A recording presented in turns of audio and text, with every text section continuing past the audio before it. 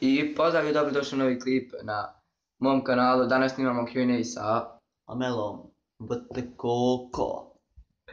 Znači, koliko smo imali pitanja? 5000.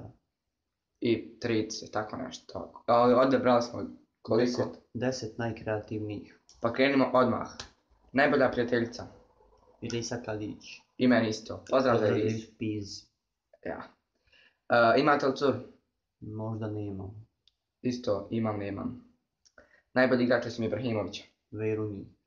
I Zlatan. Kržal Čajdin, voliš Realu? Ne. Koliko imaš godina? 25. 42. Zadela Ružanović, mrdaj gustom s kamerom. Ne. Da. Sjećaš se Mime Šiš? I takako. Ne. Pozdrav za Dalilu. Amel Romanović, pozdravite Čuku u klipu. Au. Lukanović Melija, za oba dvojicu, najbolji sport. Nogomet. Badminton. Ime simpatije. Čerima. Shakira. Za oba dvojicu, za koji klub navijate? Za Real Madrid. Za La Galaxy. Sado Metrić, nabrojite dva najbolja igrača iz Reala. Ramos i Ronaldo.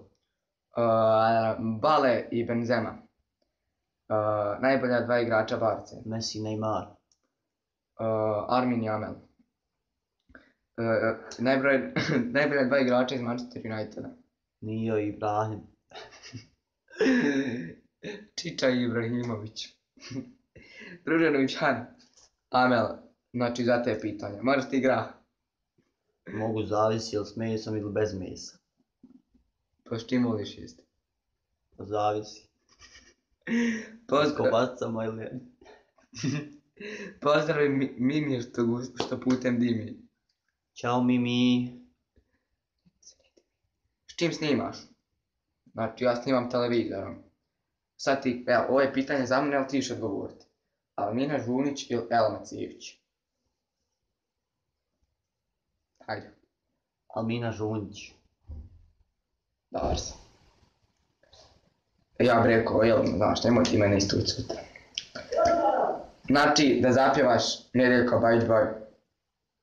Koju? Snovi od stakla.